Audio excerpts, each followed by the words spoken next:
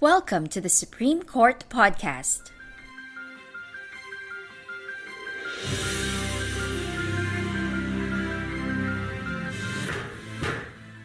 All opinions expressed in this podcast do not reflect the views of the Supreme Court. For clarity, the text of the decision prevails. Suppose your new neighbor takes over a forest land, fences it off, makes some improvements. You're concerned this may lead to environmental degradation. Is there anything you can do about it? Hi, I'm Attorney Mike Navalio, Supreme Court Chief Communications Officer. It's the 22nd of November 2024, and today we talk about the case of Spouses Mallones et al. Versus Mario Timario Jr. et al., decided on February 6, 2023. It's an en banc decision penned by Supreme Court Associate Justice Josep Y. Lopez. And joining us to talk about this case is Attorney Maria Criselda M. Figueroa from the Office of Associate Justice Lopez. Hi, Attorney Chris. Thanks for joining us. Welcome to the Supreme Court Podcast. Hi, Attorney Mike. Thanks for having me. All right. So, Attorney Chris, let's talk about this very important case because it talks about some very interesting rules and how to apply them. So, what is this land that is the subject of the dispute? I mean, who are the parties involved and who initiated this suit? So, the case involves a parcel of land in Barangay Data, Sabangan, Mountain Province that is claimed to be forest land. In this case, tax declarations for portions of the subject land have been issued in the names of several people, including spouses Robles and Rose Mallones. The dispute arose when Mario Timario and several other residents of the barangay instituted a citizen suit against spouses Mallones seeking several reliefs, including an environmental protection order and a writ of mandamus. Attorney Chris, very briefly, why did they file that suit? Timario and the other residents filed the case because they claimed that after the tax declaration holders, including spouses Mallones, fenced the subject property, they were unable to enjoy the forest land, have their picnics there, and hold activities, and basically just enjoy the use of the land. Mm-hmm. So they filed a citizen suit. What's the basis for filing the citizen suit? So the court issued the rules of procedure for environmental cases in 2010 as part of its effort to improve access to justice and uphold environmental rights. So this is the judiciary's response to the clamor for a separate set of rules designed to address procedural concerns that are unique to environmental cases. It introduced and codified several remedies and reliefs to ensure timely, accessible, and effective handling of environmental concerns, including, among others, citizen suits, writ of continuing mandamus, writ of kalikasan, and environmental protection orders. A citizen suit is a novel concept that liberalizes the requirements for standing in cases involving the enforcement of environmental laws. This expands the traditional concept of standing in civil cases which previously required direct and personal interest. This is intended to encourage the protection of the environment based on the principle that we are all stewards of nature. This was first enunciated in the landmark case of Oposa versus Factoran, which was decided in July 30, 1993. And in this case, the court recognized intergenerational responsibility in acknowledging the standing of minors and generations yet unborn to initiate a class suit for the enforcement of environmental rights. Right. So, Attorney Chris, even if you don't have a personal injury by the actions of someone on that forest land, you can still have a standing through the citizen suit. Yes. Right. And how different is this from the usual standard that we use in other cases? In other cases, what the court requires is direct injury or a direct right violated. But here, you don't need to prove that. So we have the citizen suit, and this liberalizes the traditional concept of standing. And technically, anybody can file. Yes, especially with the case of Oposa versus Factoran, anybody. Right. So, in this particular case, what were Timario et al. Seeking in that citizen suit? So, Timario and other residents of the barangay instituted a citizen suit through the filing of a petition for the enforcement of rights and obligations under environmental laws, cancellation of the tax declarations issued to spouses Mallones, issuance of a temporary environmental protection order and permanent environmental protection order, mandamus, cost of suit, and attorney's fees. They asked the court to intervene by ordering spouses Mallones to cease and desist from introducing improvements on the subject property and to compel the DENR, through its City Environment and Natural Resources Office or the CENRO, to zealously enforce and implement existing environmental laws. So here we have Section 1, Rule 5 of the Rules of Procedure for Environmental Cases, which provides a number of broad reliefs a citizen suit may grant. So we have here, it's not confined to monetary awards. These include the protection, preservation, or rehabilitation of the environment, and the payment of attorney's fees, costs of suit, and other litigation expenses. Interestingly, no damages are awarded in citizen suits. In this case, Timario alleged that because tax declarations were issued in favor of spouses Mallones, improvements were introduced to the area that led to the exclusion of the public from its use and enjoyment.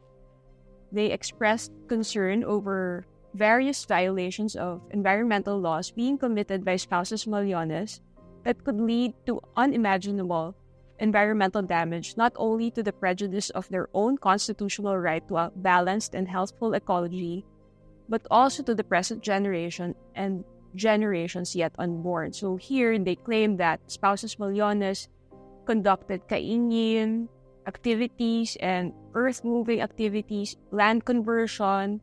They also fenced portions of the land, and trees were either cut or girdled. Yeah, and of course, for those who are not familiar with kaingin, this usually involves burning of trees, right, to clear the land. So in this case, they were alleging that these acts could actually lead to harming the forest land that they used to enjoy. So essentially, that's their claim. How did the spouses Mallones react to this? What was their defense? They denied the accusations against them, and they insisted that they only conducted soil refurbishment. They also argued that the natural view and beauty of nature were not destroyed by their activities. They maintained that no soil erosion could possibly have resulted from their activities and that no trees were either cut or girdled. This one is interesting. They claimed that the subject land was the ancestral land of a certain person named John Miguel, who first declared the property for tax purposes in 1970 and has paid the taxes until his death in 1986. They are claiming that John Miguel has native title to this land. So his heirs took over and eventually sold the property to spouses Mallones in 2012. Right, so they're not just claiming ownership by virtue of a tax declaration. They're now saying that there was a prior owner with ancestral claim to the land. Interesting. So when it went to the regional trial court, how did the court rule? Initially, the RTC issued a temporary environmental protection order instructing spouses Mallones to cease and desist from bulldozing, cultivating, introducing improvements, and other earth-moving activities. Later, this protection order was made permanent. The RTC also issued a writ of continuing mandamus ordering the public respondents to submit quarterly reports of actions and measures undertaken by their respective offices in accordance with the RTC's decision. So let's try to break down some of the terms that he mentioned here for the benefit of our listeners. You mentioned a temporary environmental protection order. What does it do, and how is it different from a permanent environmental protection order? So the concept of temporary environmental protection order integrates both prohibitive and mandatory reliefs to appropriately address the specific factual circumstances surrounding an environmental case. This is derived from the nature of an environmental protection order, which is defined as an order issued by the court directing or enjoining any person or government agency to perform or desist from performing an act in order to protect, preserve, or rehabilitate the environment. In the case, the court ordered spouses Pollones, as discussed earlier, to desist from conducting activities that the RTC determined to be harmful to the environment. And of course, the difference between temporary and permanent is just the period, the duration of the protection order. Yeah. What about the writ of continuing mandamus? Continuing mandamus is a writ issued by a court in an environmental case directing any government agency or instrumentality or official to perform an act or series of acts decreed by final judgment which shall remain effective until judgment is fully satisfied. In the Philippines, the concept of continuing mandamus was originally enunciated in the case of Concerned Residents of Manila Bay versus MMDA. This is now codified in the Rules of Procedure for Environmental Cases as one of the principal remedies which concerned parties may avail. If you recall, in the Manila Bay case, the court instructed various agencies, including MMDA, DENR, DepEd, DPWH, etc., to submit quarterly progressive reports of the efforts undertaken to clean up and restore the water quality in Manila Bay. In the present case, the issuance of a writ of continuing mandamus was considered justified due to the failure of the DENR and the other related agencies to address the violations of spouses Mallones and the potential harmful effects of these activities on the environment and the health of the people. How did the Court of Appeals rule when it was appealed? The CA denied the appeal of spouses Mallones. The CA held that Timario and other residents have legal standing to file an environmental case, and it emphasized that the Regalian doctrine leads to the presumption that land is considered a public forest. It ruled that the tax declarations presented by spouses Mallones do not prove actual ownership and that a mere claim of private ownership through the tax declarations does not convert public property into private property. Because spouses Mallones failed to offer any evidence that the state has performed a positive act declaring the subject land to be alienable and disposable, the CA concluded that the presumption of ownership by the state remained unrebutted. Here, the CA affirmed the ruling of the RTC ordering spouses Mallones to cease and desist from occupying or converting the public forest, and it also clarified that the RTC did not order the cancellation of the tax declarations. It merely ordered that an investigation be conducted concerning the propriety of the issuance of the tax declarations in favor of the respective holders and to cause their cancellation if determined to have been issued in contravention of law. And Attorney Chris, we know that when this was also again appealed to the Supreme Court, the findings of the RTC and the CA were also affirmed. But let's talk about this argument that the spouses Mallones tried to bring forward, claiming ownership over the land. Can you actually put forward that argument that I own this land over the subject land to deter a protection order from being issued by the RTC or by any court? Here, what the court did was to emphasize Regalian doctrine in relation to their claim of ownership. So, under the Regalian doctrine, all lands not otherwise appearing to be clearly within private ownership are presumed to belong to the state. Hence, a positive act of the government is needed to declassify a forest land into alienable or disposable land for agricultural or other purposes. To recall, as an exception to this doctrine, spouses Mallones maintain that they derive their ownership over the subject land from their predecessor in interest who allegedly acquired the same through native title. For the listeners to have an idea, the concept of native title refers to pre-conquest rights to lands and domains which, as far back as memory reaches, have been held under a claim of private ownership by indigenous cultural communities or indigenous persons, have never been public lands, and are thus indisputably presumed to have been held that way since before Spanish conquest. Here, the tax declarations under the names of spouses Mallones do not prove actual ownership, as they failed to offer any evidence that the state has performed a positive act declaring the subject land to be alienable and disposable. the presumption of the state ownership pursuant to the Regalian doctrine must be upheld. Thus, the subject property here is presumed to be forest land. All right, so there's quite an important detail here, Attorney Chris. Because the spouses Mallones was not able to show that that particular land has been converted into an alienable property and disposable property, so that's why, in this case, the tax declaration would work. Would the case have been different had this been clearly a residential property? If they were able to prove that their title originated from a positive act from the government or the state saying that this property is alienable and disposable, then it would have been different. However, we must remember that this is a citizen suit. So as a citizen suit, it has limited reliefs and ownership is not one of the issues that may be resolved here. Interesting. So there is a presumption here that the land is owned by the state. Yeah. It's a public domain. But also, that particular remedy cannot look into the ownership of that particular land. Yeah. So explain that to us, how that will work. So the court here refrained from ruling on the issue of ownership of the subject property.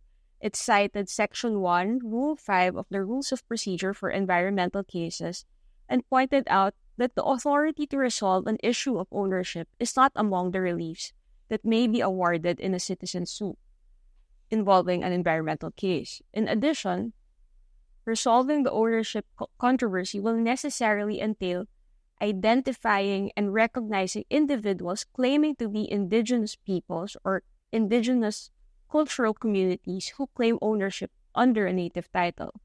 The court said that it cannot just accept and declare the parties as indigenous cultural communities or indigenous people without violating the doctrine of primary jurisdiction.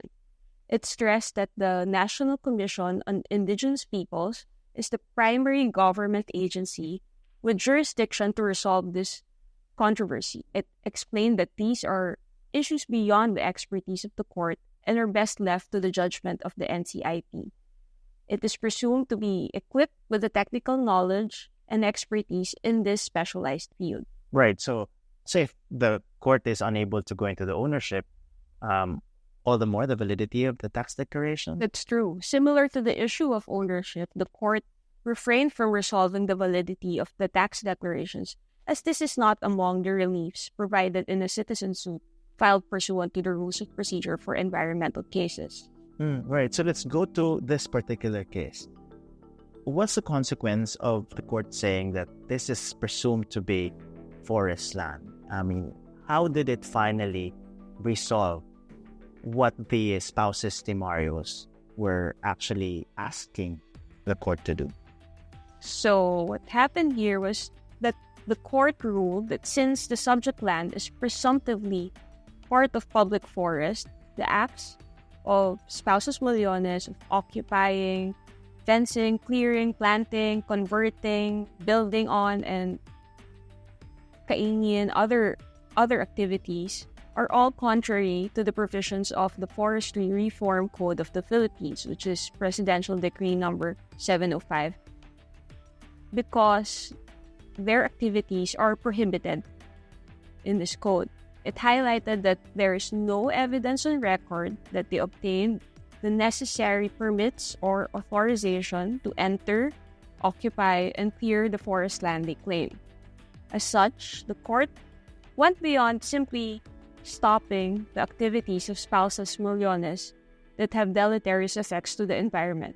It actually went beyond this, and it directed the DENR to implement a comprehensive environmental rehabilitation plan, including reforestation and active monitoring to prevent further damage. Additionally, it also instructed local government officials, including the barangay captain, to enforce laws and participate in conservation efforts. Now, aside from that, Attorney Chris, what's your biggest takeaway from this case? This is a welcome decision from the court. This is a significant decision because it categorically ruled that public forests, even if claimed under tax declarations by several individuals, These are protected from exploitation under the Forestry Code and other related laws. This decision reinforces the Supreme Court's role in forest conservation efforts by prohibiting its destructive use and underscores the judiciary's unwavering commitment to uphold environmental laws. All right. Very interesting. Thank you so much for joining us, Attorney Chris. Thank you, Attorney Mike. All right. And if you wish to read the full text of the court's decision, you can go to the Supreme Court website at eLibrary. Just search for Spouses Mallones et al. Versus Mario Timario Jr. et al. GR number 252834. Here's Tiff Atendido Beltran, Supreme Court Information Officer, for this week's Roundup.